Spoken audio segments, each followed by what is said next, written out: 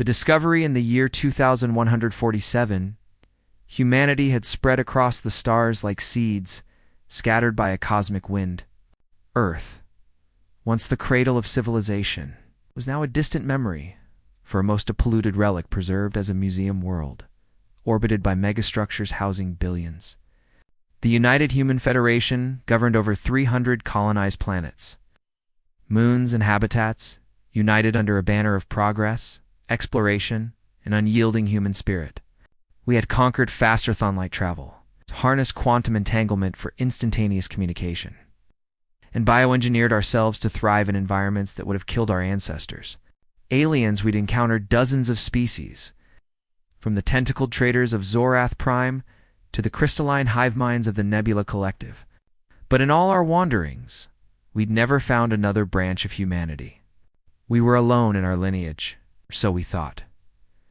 Captain Elara Voss commanded the UHF exploratory vessel Odyssey, a sleek behemoth of a ship equipped with the latest in warp drives and AI-assisted navigation.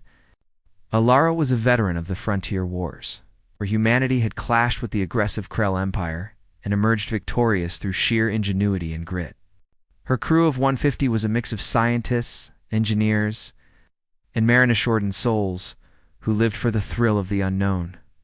On this mission, they were charting the unclaimed sectors of the Orion Arm, hunting for resource-rich asteroids and potential colony sites. It started with an anomaly. During a routine scan in the uncharted Epsilon Eridani system, the Odyssey's sensors picked up a faint signala, repeating pattern that mimicked old Earth radio waves. Captain Ensign Rowe called from the bridge, his voice laced with excitement. "We've got something. It's human." Morse code, archaic stuff, spelling out SOS in English. Elara leaned over the console, her augmented eyes scanning the data. English from out here, run it through decryption. Could be a trap or a relic from an old probe. But it wasn't.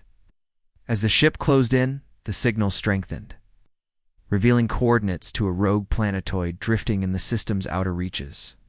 The world was a frozen rock, barely larger than Pluto, atmosphere, and gravity so weak it could barely hold on to its own dust.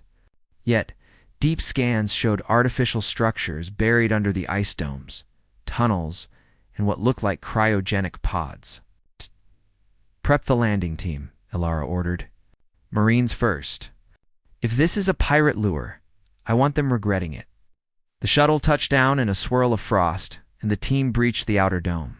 Inside, it was a time capsule. Walls etched with faded murals depicted starships not unlike those from Earth's early space-age rockets, with fins, bulky suits, and flags bearing stars and stripes. American, Elara realized. Pre-Federation era, deeper in, they found the survivors. Or rather the sleepers. Rows of cryopods, humming faintly with emergency power. Vital signs flickered on ancient monitors. 47 humans in stasis. "Their bodies preserved for how long, Captain? You need to see this," Sergeant Hale radioed. He was standing before a central console, its screen cracked but functional. A log entry played on loop. A man in a jumpsuit, face gaunt with desperation. "This is Colonel Marcus Hale of the United Earth Arc Project. Year 2032. We've been adrift after a wormhole malfunction. Supplies critical. If anyone finds us, we're the last from Sol. Godspeed." Lara's blood ran cold. 2032? That was over a century before the first warp drive. These were pre-FTL human-slost colonists from an experimental arc ship flung across space by some freak accident. "Wake them up," she said. Carefully, the awakening was chaotic. Alarms blared as pods hissed open, releasing figures in outdated cryosuits.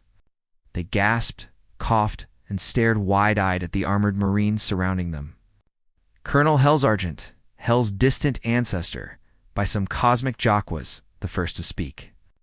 Who are you?" Elara removed her helmet, revealing a face enhanced with neural implants.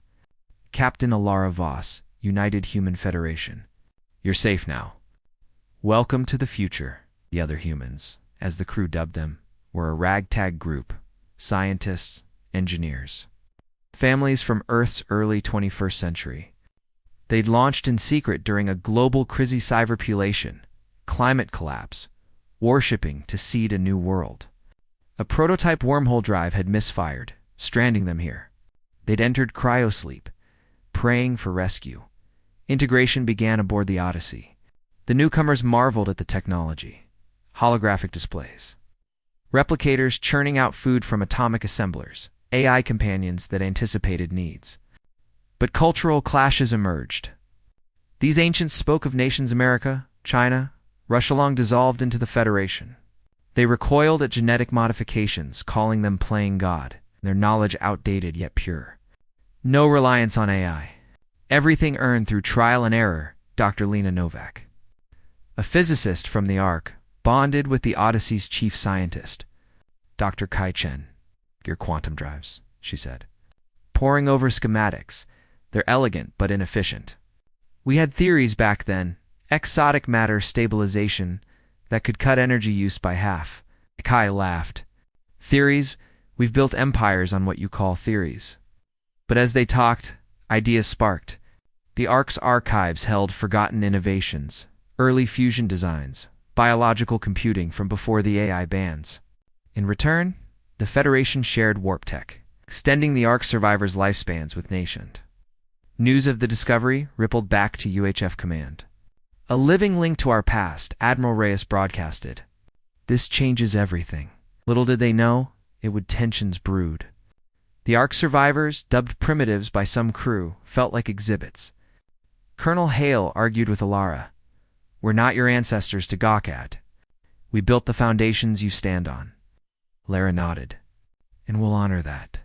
But the galaxy's dangerous. Aliens don't play nice. That danger manifested soon. As the Odyssey prepared to warp home, sensors screamed. A Krell-raiding fleet scavengers from the defeated Empyre merged from Cloak, drawn by the ancient signal. Elara barked. The ship shuddered under plasma fire. The Ark survivors, untrained in modern warfare, panicked. But Colonel Hale rallied them. We've survived worse. Man the auxiliary stations in the chaos. Dr. Novak hacked an old Ark module into the Odyssey system's a makeshift EMP generator from 21st century tech. It's crude, she said, but it'll fry their shields without touching ours. Kai hesitated. Untested do it, Elara ordered. The pulse fired, disabling 3 Krell cruisers. The Marines finished the rest with precision strikes. Victory, thanks to ancient ingenuity, as the ship limped home. Elara reflected. One meeting, and already history shifted. The primitives weren't relics. They were catalysts. The integration back in Federation space, the Ark survivors were hailed as heroes. Paraded on holoscreens across 1,000 worlds, they became symbols of human resilience. From the past, for the future, the slogan went. Colonel Hale and his group were granted citizenship, estates on Terra Nova, and access to education uploads. But beneath the fanfare, cracks formed. The UHF was a utopia built on compromise. Post-scarcity economy, ag-governed laws, mandatory enhancements for spacefarers. The primitives resisted. We don't want chips in our brains, Hale declared in a viral interview. Humanity's strength is in our flaws, our struggles. This sparked debate. Federation citizens, many generations removed from Earth, had forgotten the raw drive of their forebears. Enhancements made them efficient but complacent. Protests erupted. Revert the mods. Chanted crowds on orbital stations. Young humans, inspired by the Ark tales, ditched implants for pure living. Dr. Novak dove into research. Collaborating with Federation labs, she revived lost tech, organic neural networks, grown from stem cells, bypassing silicon AI. It's like your brains, but better, she told skeptics. Her first prototype interfaced with a warp core, predicting anomalies with 99% accuracy, beating AI by a margin, but not all welcomed change. The Purity League, a fringe group advocating for untainted humanity, saw the primitives as threats. They're diluting our evolution, they claimed, sabotaging Novak's lab. In response, Hale formed the Heritage Alliance, a coalition pushing for cultural preservation. Elara, promoted to admiral, mediated. Assigned to protect the survivors, she witnessed their impact firsthand. On a diplomatic mission to the Zorith trade enclave, a primitive engineer, Tomas Ruiz, negotiated a deal using old-school bartering. The tentacled Zorathians, accustomed to AI haggling, were charmed by his human charm. "You remind us of our larval stage fierce. Unpredictable," their ambassador gurgled. The treaty gained the UHF exclusive mining rights to a neutron star, yet shadows loomed. Whispers of a greater threat, the Nebula Collective, ancient hive minds jealous of humanity's expansion. Scouts reported collective probes scanning Federation borders. Probing for weaknesses in a secret council, Hale revealed an ARC secret, an encrypted data core from 2032, containing Project Genesis blueprints for a weaponized wormhole generator.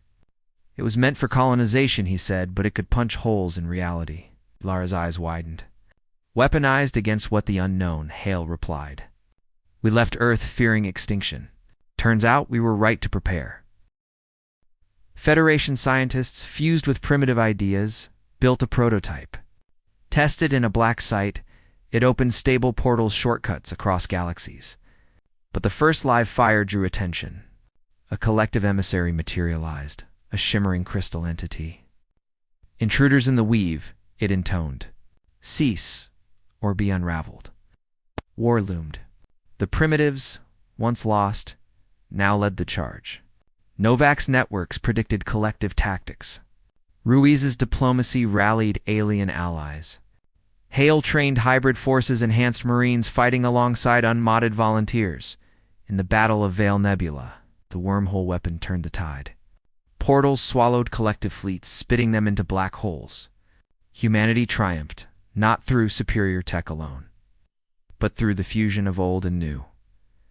Elara stood on the bridge, watching stars realign. One meeting. The legacy decades passed, and we've rewritten the year 2180 saw a transformed Federation.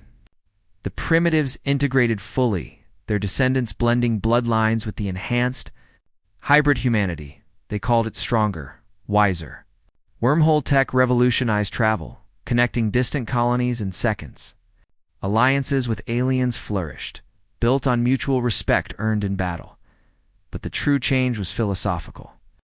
Museums honored Earth's chaotic history. Education emphasized struggle over ease. The Purity League dissolved, their ideals absorbed into a broader ethos, progress with purpose. Colonel Hale, aged but vitalized by nanites, addressed the Galactic Assembly. We were lost, found by our future selves. In that meeting, we saw humanity's threatened, broken, unbreakable. Fuck yeah, we're survivors. The chamber erupted in cheers, human roars, mixing with alien clicks and hums. Elara, now retired on a verdant world, reflected on that single encounter. It hadn't just saved 47 lives. It reignited the fire in billions. History's course bent by one anomaly, one signal, one meeting with the other humans. In the end, it wasn't technology or war that defined us. It was the reminder, no matter the era, humans endure, adapt, and conquer. HFY, indeed.